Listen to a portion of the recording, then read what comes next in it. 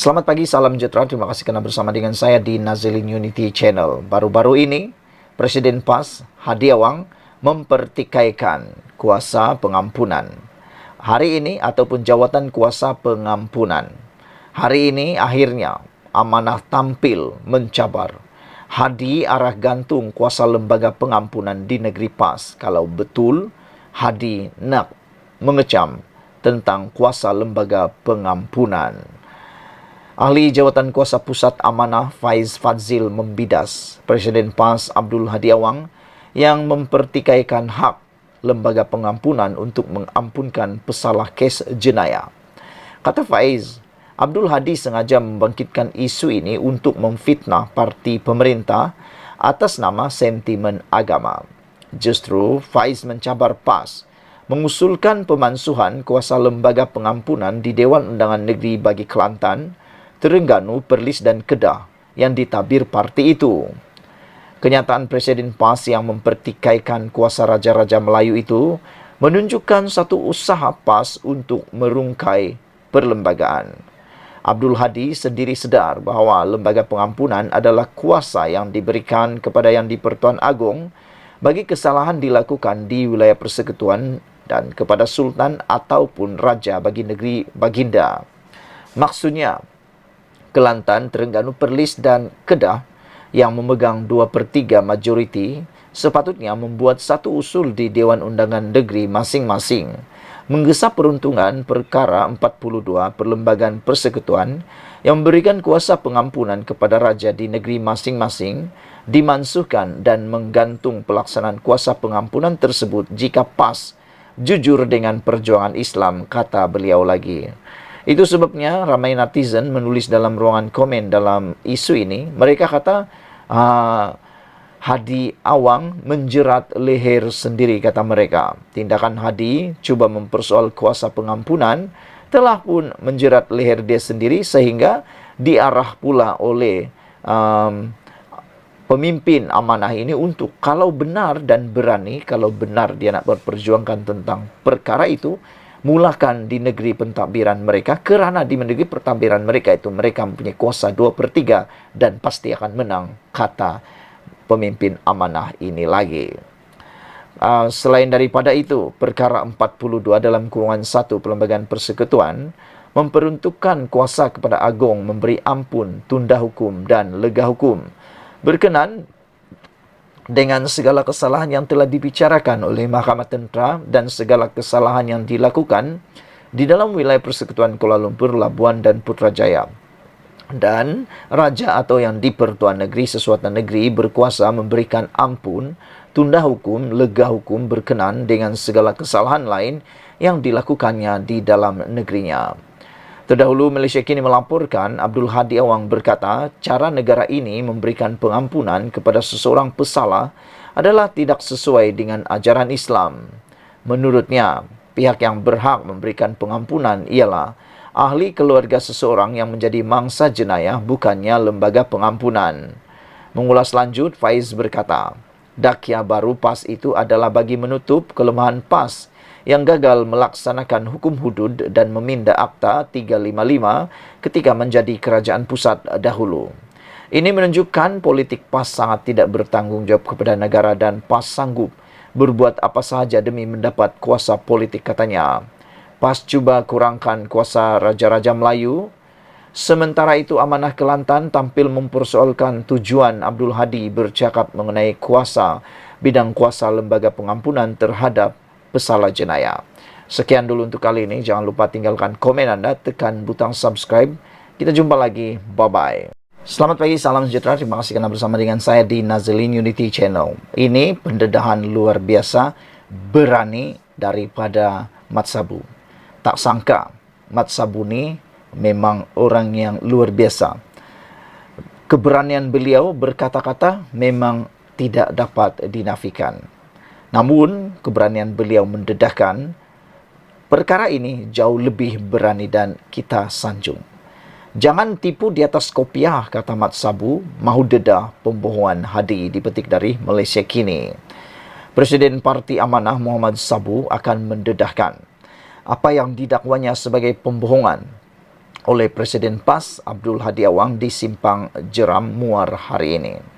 Berucap pada ceramah perpaduan pulai di Nusa Bestari di Johor Bahru malam semalam, dia menafikan dakwaan Hadi bahawa segelintir ahli dan bekas pemimpin parti itu keluar PAS dan menubuhkan amanah adalah kerana takut kalah dalam pilihan raya. Semalam Presiden PAS tembak mengatakan mereka tinggalkan Pakatan Rakyat kerana parti DAP tolak hudud. Saya tidak akan jawab malam ini. Saya akan jawab malam esok, Isnin di Simpang Jeram Muar, kata Mat Sabu. Saya akan jawab malam nanti bagaimana Presiden PAS membuat pembohongan kepada rakyat. Saya akan jawab satu persatu malam esok pembohongan itu, kata beliau. Mat Sabu juga mengatakan bahawa beliau bukan orang yang biasa. Beliau bukan orang yang kecil. Beliau adalah bekas timbalan Presiden PAS. Jadi, kata Mat Sabu, jangan tipu rakyat di atas kopiah kamu tu. No more, kata beliau lagi. Hadi dalam ucapannya di markas PAS Bakri Muar pada Sabtu mendakwa, tindakan segelintir ahli dan bekas pemimpin parti itu termasuk Muhammad Sabu yang dikenali sebagai Mat Sabu dan pernah menjadi timbalan Presiden PAS menyertai amanah adalah kerana takut kalah dalam pilihan raya. Hadi turut menyifatkan mereka sebagai lemah semangat hingga sanggup meninggalkan dasar perjuangan PAS. Selepas PRU 2018 dan kejayaan PH menumbangkan BN, selain Muhammad Sabu, beberapa pemimpin kanan PAS seperti Salahuddin Ayub, Datuk Dr. Mujahid Yusuf Rawah dan Khalid Samad dilantik sebagai menteri. Sementara itu, Muhammad Sabu, ahli Parlimen Kota Raja, berkata, PAS dan sekutunya, Perikatan Nasional sanggup menggunakan Islam demi kepentingan mereka. Kata Mat Sabu, isu itu menyebabkan PAS dan PN dapat sokongan sementara. Dia yakin pembohongan mereka itu tidak boleh bertahan hingga 4 tahun akan datang. Selain itu, Mat Sabu juga mengatakan rakyat akan melihat perubahan ini. Saya yakin rakyat tak akan bodoh dan akan kembali sokong kerajaan perpaduan, kata beliau lagi. Saudara-saudara sekalian, kita akan menunggu apakah pendedahan dan pembongkaran Mat Sabu tentang pembohongan Hadi yang didakwa oleh beliau ini. Dan seperti janji Mat Sabu, dia akan dedahkan itu di Simpang Jeram Muar pada malam ini.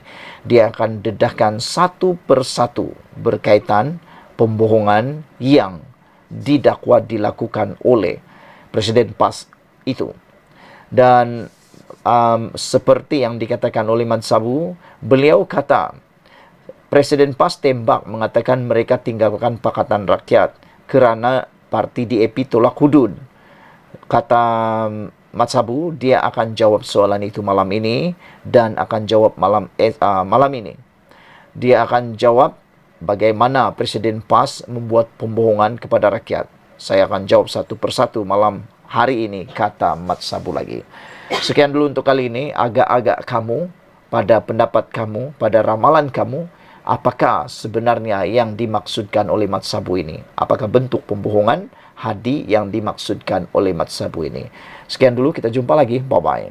Selamat pagi, salam sejahtera. Terima kasih kerana bersama dengan saya di Nazilin Unity Channel. Tidak tahan lagi, akhirnya Mat Sabu dedah rahsia besar Presiden PAS Abdul Hadi Awang.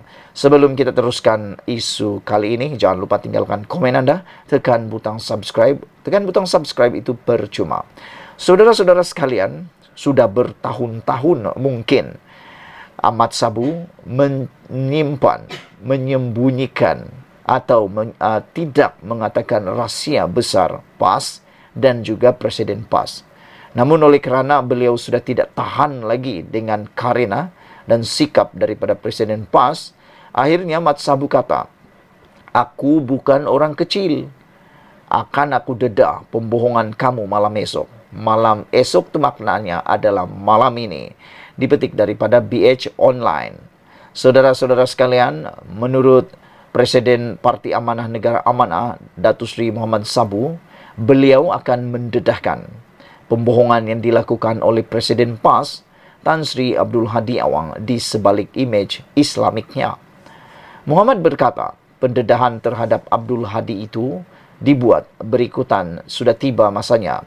Rakyat mengetahui perkara sebenar di sebalik keputusan PAS meninggalkan Pakatan Rakyat PR sebelum ini. Semalam Presiden PAS tembak mengatakan mereka tinggalkan Pakatan Rakyat kerana parti DAP tolak hudud. Saya tidak akan jawab malam ini. Saya akan jawab malam esok, Isnin di Simpang Jeram, Muar, kata Mat Sabu.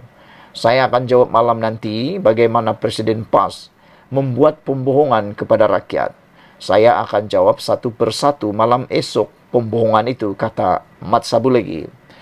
Mat Sabu juga memberikan penegasan bahawa beliau bukan orang kecil. Beliau pernah dan adalah bekas timbalan Presiden PAS. Maka tepatlah apa yang dikatakan oleh Mat Sabu.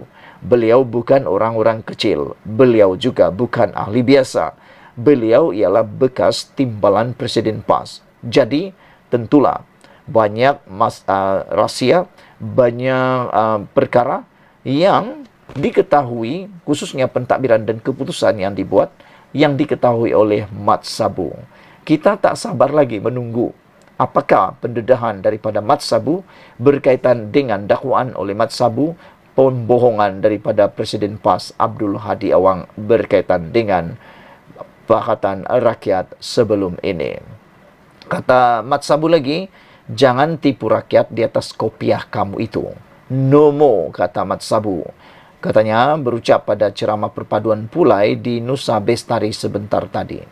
Hadir sama ialah calon Pakatan Harapan di Parlimen Pulai, Suhaizan Kayat, pengerusi DAP Johor, Liu Chin Tong, dan Naib Ketua PKR Johor, Jimmy Pua Wee Shi. Terdahulu, Abdul Hadi dalam ucapannya di Markas PAS Bakri semalam dilaporkan mendakwa tindakan segelintir ahli dan bekas pemimpin parti itu menyertai amanah adalah kerana takut kalah dalam pilihan raya. Beliau turut dilaporkan menyifatkan mereka sebagai lemah semangat sehingga sanggup meninggalkan dasar perjuangan PAS.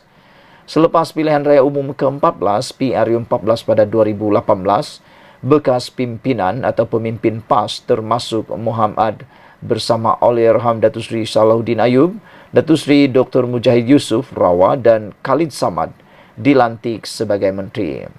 Sementara itu, Muhammad yang juga ahli Parlimen Ketua berkata, PAS dan sekutunya Perikatan Nasional PN sanggup menggunakan Islam demi kepentingan mereka. Sebagai contoh di Selangor pada PRN yang lalu, ketika kempen mereka menggunakan isu sekolah agama dan tahfiz diarahkan tutup. Isu itu membuatkan pengundi Melayu percayakan mereka. Padahal arahan Sultan Selangor pada waktu itu supaya semua sekolah agama yang tak ikut peraturan dan standard piawaian mesti ditutup sebab boleh mengundang masalah dan perlu buat pembaharuan jika mahu beroperasi semula. Isu itu menyebabkan PAS dan Perikatan Nasional dapat sokongan sementara. Saya yakin pembohongan mereka itu tak boleh bertahan hingga 4 tahun akan datang, kata Mat Sabu lagi.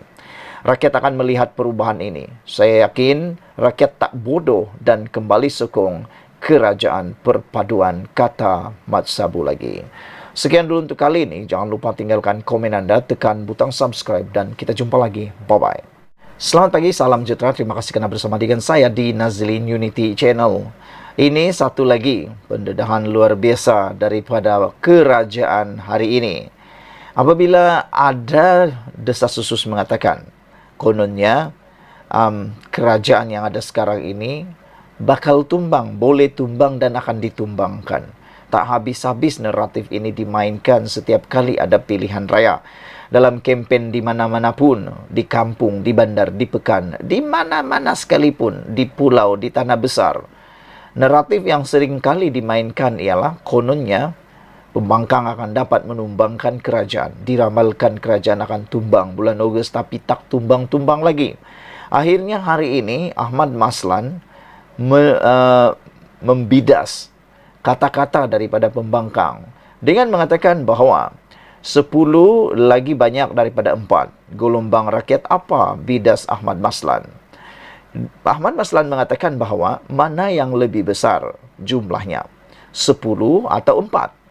Tapi menghairankan, kata Ahmad Maslan, Mengapa mereka menganggap 4 itu lebih besar daripada 10?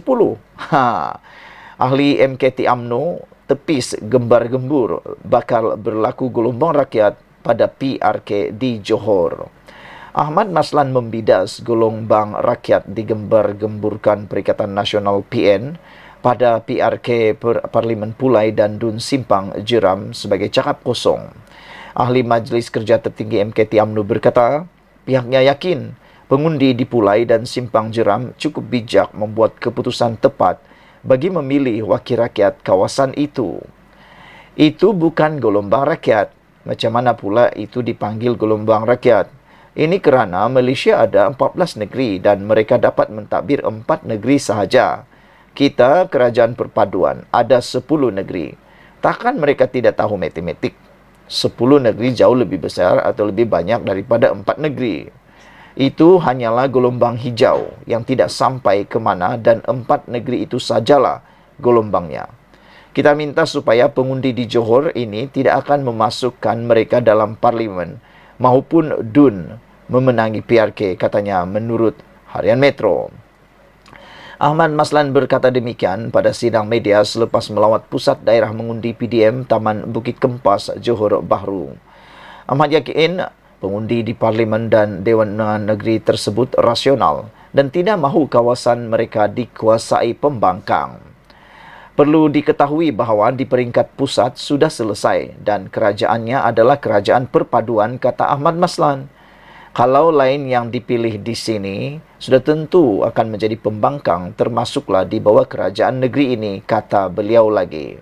Saudara-saudara sekalian, memang tepat dan benar apa yang dikatakan oleh Ahmad Maslan ini. Walaupun mereka menang, walaupun Perikatan Nasional menang di Parlimen Pulai, ianya tidak akan membawa apa-apa makna di Parlimen di Persekutuan. Kerajaan perpaduan akan tetap kerajaan perpaduan dan tidak akan tumbang hanya dengan satu tambahan kerusi parlimen di parlimen daripada Perikatan Nasional. Begitu juga dengan Dewan Undangan Negeri. Kalau Perikatan Nasional menang, Dewan Undangan Negeri yang bertanding kali ini di Johor, sama juga ceritanya. Mereka tetap akan jadi pembangkang di Johor kerana kedudukan kerajaan di Johor amat kukuh. Jadi nak tumbangkan bagaimana? Selain daripada itu, kita bersyukur kerana telah diwartakan dan disahkan. Kita mempunyai akta anti lompat parti yang tidak akan dapat dipermainkan oleh ahli politik lagi. Dengan itu, mandat daripada rakyat akan terjaga sepenuhnya.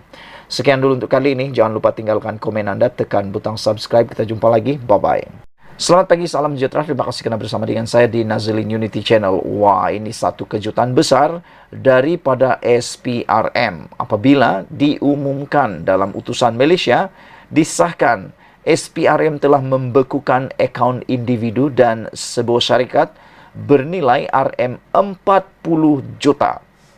Saudara, siapakah pemilik akaun individu ini dan apakah syarikat yang memiliki uang sehingga 40 juta dan telah dibekukan? Itu persoalan pertama. Adakah mereka ahli politik? Adakah mereka ialah pembangkang? Adakah mereka ialah kerajaan? Dan apakah syarikat yang terlibat ini? Dan yang lebih penting lagi, mengapa akaun individu itu atau akaun syarikat itu dibekukan oleh SPRM? Walhal ada duit 40 juta ringgit di dalam akaun tersebut. Sebelum saya teruskan, sila tinggalkan dulu komen anda dan mohon tekan butang subscribe untuk mendapatkan isu-isu terkini dari channel ini. Saudara-saudara sekalian, Suruhanjaya Pencegahan Rasuah Malaysia SPRM membekukan akaun individu dan syarikat bernilai RM40 juta. Susulan penahanan 13 individu termasuk Tan Sri dan Datuk Sri berhubung siasatan pemberian rasuah oleh syarikat perjudian kepada beberapa orang kenamaan. SPRM kini sedang mengesan beberapa lagi individu yang dipercayai berada di luar negara sejak seminggu lalu bagi membantu siasatan sama. Sumber itu memberitahu utusan. Saudara-saudara sekalian, ini satu kejutan dan ini satu pendedahan yang luar biasa kepada kita semua. Bayangkan ada orang yang menerima ataupun pemberian rasuah oleh syarikat perjudian ke beberapa orang kenamaan. Dan mereka telah pun dipercaya berada di luar negara sejak seminggu lalu dan dicari di luar negara untuk membantu siasatan. Saudara-saudara sekalian, yang lebih mengejutkan kita ialah orang-orang susulan penahanan 13 individu termasuk Tan Sri dan Datuk Sri ini telah memberikan tindakan daripada SPRM untuk membekukan 40 juta ringgit akaun syarikat dan individu tersebut. Kembali kita kepada persoalan utama. Siapakah Tan Sri, siapakah Datuk Seri yang telah ditahan oleh SPRM ini membabitkan RM40 juta berhubung siasatan pemberian rasuah oleh syarikat perjudian. Saudara-saudara sekalian, bercakap tentang syarikat perjudian beberapa waktu yang dahulu, anda mungkin masih ingat, berlaku pertikaian antara individu-individu, parti-parti, kerajaan pembangkang maupun parti-parti yang ada di Malaysia berkaitan dengan dana daripada syarikat judi. Kita pun tak tahu sejauh mana sudah siasatan tentang hal itu kerana ianya telah pun disenyap, telah pun tidak lagi panas sekarang ini. Namun demikian, saya masih menunggu mencari sumber dan juga mencari maklumat adakah siasatan masih diteruskan. Dan seperti yang kita bacakan pagi ini, menjadi persoalan kita semula ialah siapa Tan Sri dan Datuk Sri yang telah ditahan, penahanan 13 individu ini, termasuk Tan Sri dan Datuk Sri berhubung pemberian rasuah oleh syarikat perjudian ini. Kenapa mereka terima daripada syarikat perjudian? Apa tujuannya? Dan bagaimana SPRM boleh menghidu itu? Itu paling kita nak tahu. Bagaimanapun, kita ucapkan tahniah kepada SPRM kerana bertindak luar biasa dengan proaktif, dinamik dan sangat aktif buat masa ini. Sekian dulu untuk kali ini. Jangan lupa tinggalkan komen anda, tekan butang subscribe. Kita jumpa lagi. Bye-bye. Selamat pagi, salam sejahtera. Terima kasih kerana bersama dengan saya di Nazilin Unity Channel. Pagi ini kita dikejutkan dengan berita gembira untuk seluruh rakyat Malaysia. Akhirnya Datuk Sri Anwar Ibrahim mendapat perkenan dan juga mendapat sokongan luar biasa daripada Sultan. Yang mana Sultan ini ialah Sultan antara yang paling saya kagumi, iaitu Sultan Johor. Saudara-saudara sekalian, Sultan Johor hari ini telah bertitah bahawa beliau kata beri Anwar lebih masa untuk membangunkan Malaysia.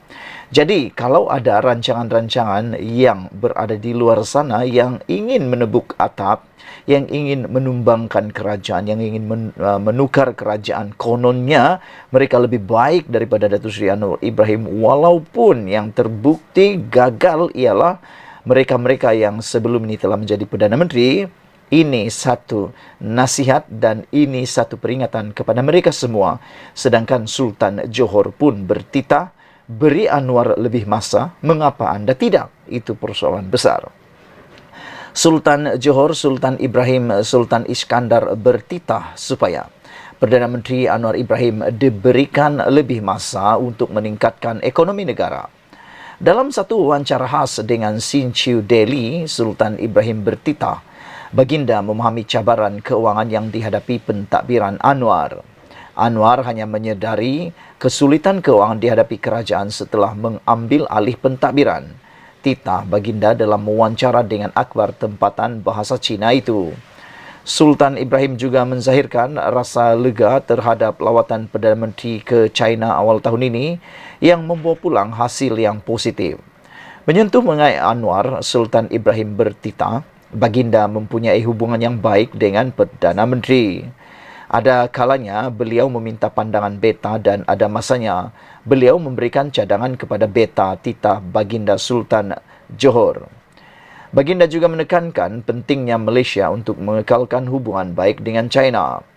Selain itu, Sultan Johor bertitah bahawa meletakkan program Malaysia Rumah keduaku MM2U di bawah Kementerian Pelancongan, Seni dan Budaya yang melaporkan terus kepada Perdana Menteri merupakan satu pendekatan yang tepat. Untuk menarik lebih banyak pelaburan, Malaysia harus menawarkan pilihan visa yang mesra pelabur dan praktikal, terutamanya dalam penilaian semula program MM2U semasa kerana fasa kedua program ini tidak mesra pemohon dan fasa ketiga lebih buruk lagi titah baginda. Saudara-saudara sekalian, Sultan Johor yang kita ketahui adalah sultan yang sangat luar biasa, berjaya membawa kemajuan luar biasa kepada Johor sehingga Johor menjadi salah satu negeri gergasi yang ada di Malaysia.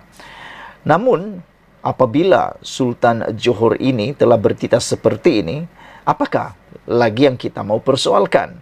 Beliau atau baginda adalah seorang pemikir ekonomi yang luar biasa. Jadi, kita sebagai rakyat di bawah naungan baginda Sultan sepatutnya mengikut titah ini dan tidaklah menderhaka. Bagi mereka yang cuba-cuba mahu menentang kata-kata ataupun nasihat daripada Sultan ini, mereka bolehlah dianggap sebagai seorang yang menderhaka. Apalagi mereka yang kononnya mahu bertindak menumbangkan kerajaan kalau menang di Johor nanti. Tapi tindakan ini memang kita perlu kecam kerana 4 tahun lagi baru PRU pilihan raya. Tunggulah waktu itu baru tumbangkan kerajaan. Kalau mahu dan kalau layak. Jangan awal-awal dah nak tumbang sini sana. Jadi saya secara peribadi saya bersyukur atas titah daripada Sultan Johor ini dan saya setuju. Mari kita beri masa lebih kepada Datuk Seri Anwar Ibrahim. Kerana tidaklah adil untuk menilai 8 bulan pemerintahan ini kononnya tidak dapat melakukan apa-apa.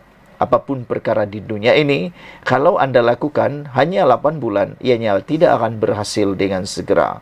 Apalagi untuk pemerintahan negara dan seperti yang dititahkan oleh Sultan Johor, beliau baginda mengatakan bahawa keadaan atau cabaran keuangan yang dihadapi pentadbiran Anwar Ibrahim adalah amat getir.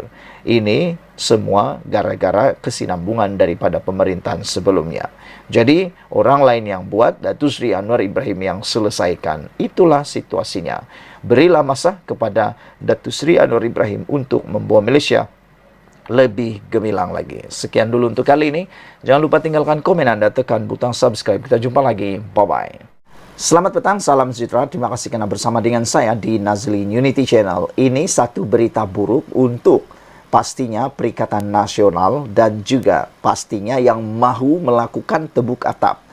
Yang baru-baru ini dikatakan bahawa kononnya kerajaan perpaduan pimpinan Anwar Ibrahim ini akan runtuh pada bulan Ogos, bulan 8 ini. Tapi hari ini dah 28 Ogos. 2 hari lagi, 3 hari lagi dah tanggal 31 Ogos, hari kemerdekaan.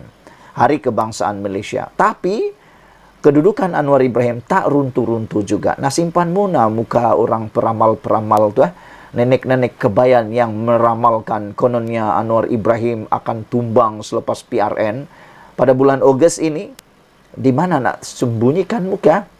Ini ditambah lagi dengan satu keputusan yang luar biasa. Iaitu menurut satu kenyataan daripada wanita UMNO, mereka kata kami bersama bersatu menyokong institusi presiden. Kami akan terus berjuang bersama UMNO. Ubah cara tabir, bukan ubah presiden. Kena ada adab, hormat, kena ada setia. Terjemahkan, kata mereka.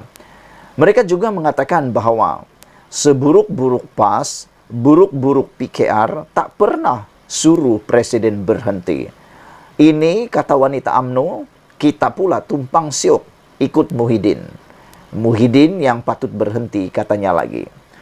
Kenyataan yang terakhir ini memang menarik perhatian, yaitu kita tak pernah dengar PAS mahu presidennya undur diri letak jawatan. Tak pernah dengar, meskipun rekod pernah menulis bahawa PAS pernah menang hanya 1 kerusi dalam pilihan raya.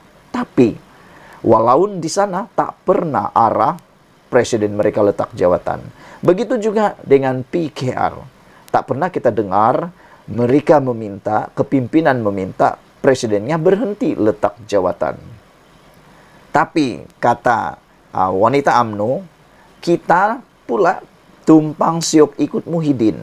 Muhyiddin yang minta, Muhyiddin minta, Bersatu minta, Perikatan Nasional minta, Zahid Hamidi bertanggung jawab letak jawatan. Kata wanita UMNO, kita pula siok tumpang, kata dia. Oleh itu, wanita UMNO kata, halau Kudis dan Kurap yang mau desak Zahid Hamidi berundur. Saudara-saudara sekalian, sebelum saya teruskan ulasan kali ini, jangan lupa tinggalkan komen Anda. Apa pendapat Anda tentang isu dan pendapat ataupun luahan wanita UMNO ini supaya Kudis dan Kurap dalam UMNO harus dihalau. Wanita UMNO Perak menyifatkan pihak yang mendesak Ahmad Zahid Hamidi berundur daripada jawatannya sebagai presiden sebagai masalah Kurap dan Kudis yang masih ada dalam UMNO. Naib Ketua UMNO Wanita UMNO Perak, Salina Samsudin berkata, oleh kerana itu pihaknya akan terus mempertahankan bagi memastikan penyakit tersebut dapat disembuhkan. UMNO kini diakui beliau sedang sakit. UMNO kini sedang luka. Kita ada Kudis, kita ada Kurap, kita ada Barah, tapi kita sedang merawat. Kepada Kurap-Kurap, Kudis-Kudis yang telah dibuang, jangan harap diterima kembali. Duduklah di sana diam-diam, katanya. Menurut Salina, sebagai pihak yang sayang kepada UMNO, sesiapa saja yang diangkat menjadi pemimpin, mereka akan mempertahankannya. Pihak yang tidak senang dengan pemimpin terbabit, termasuk yang masih berbaki di dalam UMNO, katanya, boleh meninggalkan parti.